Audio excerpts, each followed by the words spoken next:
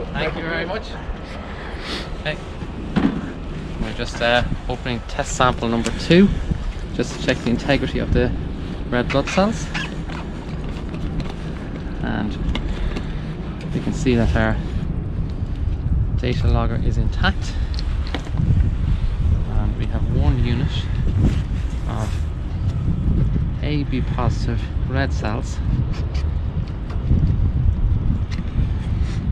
which is intact, expired 6 days ago, and on it's a small bit of moisture on the bag is intact.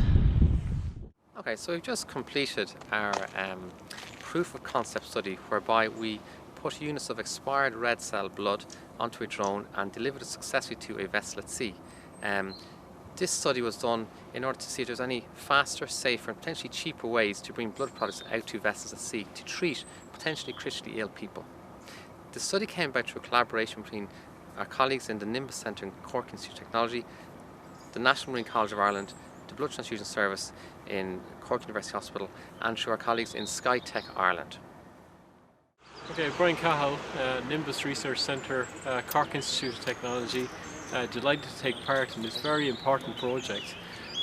Through the supervision of mechanical engineering student, final year student Jeremy Murphy, we looked after the design of the enclosure for the blood bag, and we facilitated a sensor and data processing of data harvested in relation to various parameters surrounding the blood bag.